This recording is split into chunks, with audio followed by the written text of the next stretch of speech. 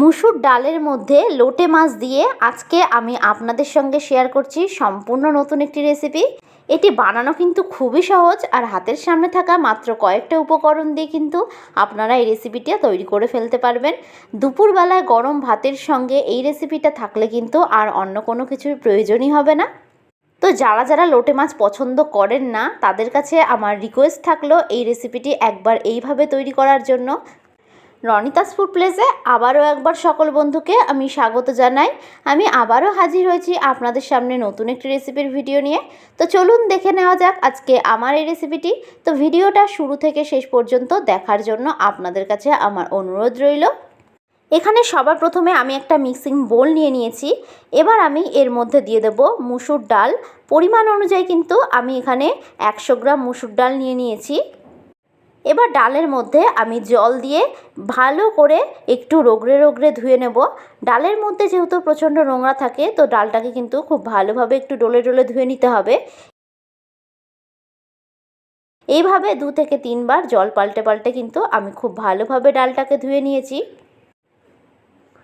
এবার এখানে আমি একটা কড়াই বসিয়ে দিয়েছি।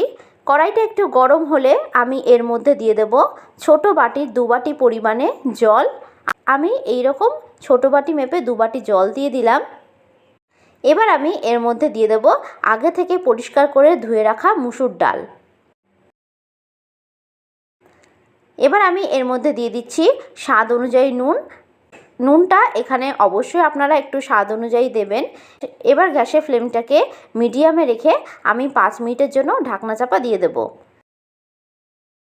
5 মিনিট পর আমি ঢাকনা সরিয়ে নিলাম। দেখুন ডালটা কিন্তু সম্পূর্ণ সেদ্ধ হয়ে গেছে। এইভাবে কিন্তু ডালটাকে একটু সেদ্ধ করে নিতে হবে। এবার গ্যাসের ফ্লেমটাকে আমি অফ করে দেব। অফ করে আমি এই মুসুর ডালটাকে অন্য একটি পাত্রে নামিয়ে নেব। এবার আমি আবার একটা কড়াই বসিয়ে দিয়েছি। কড়াইটা খুব ভালোভাবে গরম হয়ে গেলে আমি এর মধ্যে দিয়ে দিচ্ছি পরিমাণ মতন সাদা তেল। আমি এখানে রান্নাটা সাদা তেল দিয়ে করেছি, তবে আপনারা যদি চান রান্নাটা কিন্তু সর্ষের তেল দিয়েও করতে পারেন। তেলটা কিন্তু খুব ভালোভাবে গরম হয়ে গেছে। এবার আমি এর মধ্যে দিয়ে দেব 2টো ছোট সাইজের কুচিয়ে রাখা পেঁয়াজ। পেঁয়াজটাকে কিন্তু আমি ঠিক এই রকমভাবে লম্বা করে একটু কুচিয়ে নিয়েছি। এবার পেঁয়াজটাকে কিন্তু আমি খুব ভালোভাবে একটু ভেজে নেব। মিনিট 2 ধরে কিন্তু হালকা লাল করে আমি পেঁয়াজটাকে একটু ভেজে নেব। পেঁয়াজটাকে কিন্তু খুব বেশি আমি লাল লাল করে ভাজছি না, ঠিক এইরকমভাবে একটু হালকা করে ভেজে নিতে হবে।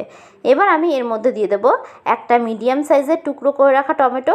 টমেটোর টুকরোগুলোকে আমি একটু ছোট ছোট করে কুচিয়ে নিয়েছি।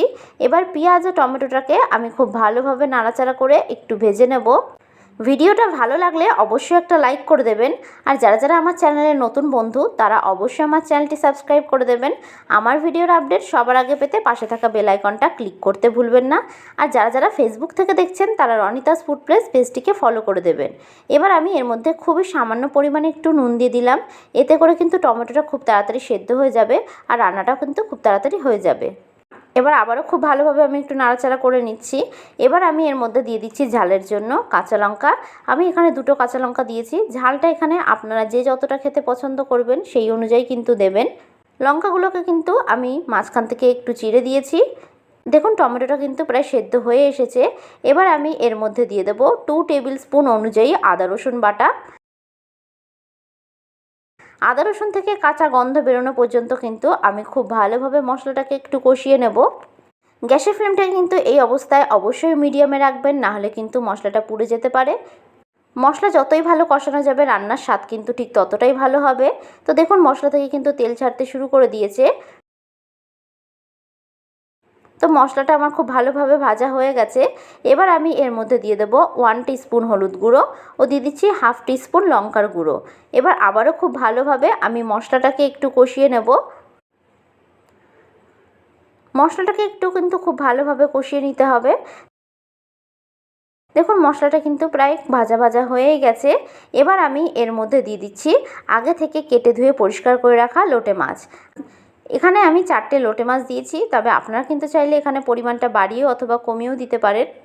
এবার আমি এর মধ্যে দিয়ে দেব স্বাদ অনুযায়ী নুন। এবার নুন দিয়ে আমি খুব ভালোভাবে একটু মাছগুলোকে মশলার সাথে একটু কষিয়ে নেব। লোটে মাছ কিন্তু খুব বেশি কষানো যায় না, তাহলে কিন্তু লোটে মাছগুলো ভেঙে যায়। তো এইভাবে খুন্তির সাহায্যে লোটে মাছগুলোকে আমি একটু কড়াইয়ের মধ্যে একটু পাতিয়ে দেব। এই অবস্থায় গ্যাসের ফ্লেমটাকে আমি একদম লোয়ে করে রেখেছি। 2 মিনিট পর দেখুন মাছ থেকে কিন্তু কতটা জল গলতে শুরু করে দিয়েছে। এই পর্যায়ে আমি খুন্তির সাহায্যে মাছের মধ্যে থেকে কাঁটাগুলোকে ঠিক এই রকমভাবে একটু বের করে নেব।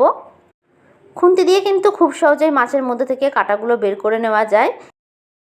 এইভাবে খুন্তির সাহায্যে মাছগুলোকে একটু সরিয়ে কাঁটাটাকে অনায়াসে বের করে নিতে পারবেন। সমস্ত কাঁটাগুলোকে ঠিক একই রকমভাবে আমি বের করে নিয়েছি। এবার মাছটাকে খুব ভালোভাবে আমি একটু রান্না করে নিচ্ছি।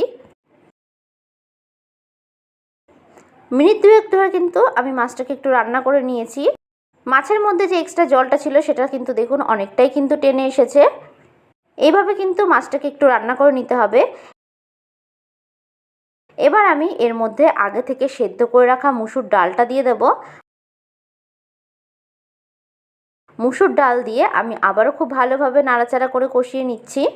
ভিডিওটা কেমন লাগলো অবশ্যই কিন্তু আমাকে কমেন্ট বক্সে জানাতে ভুলবেন না।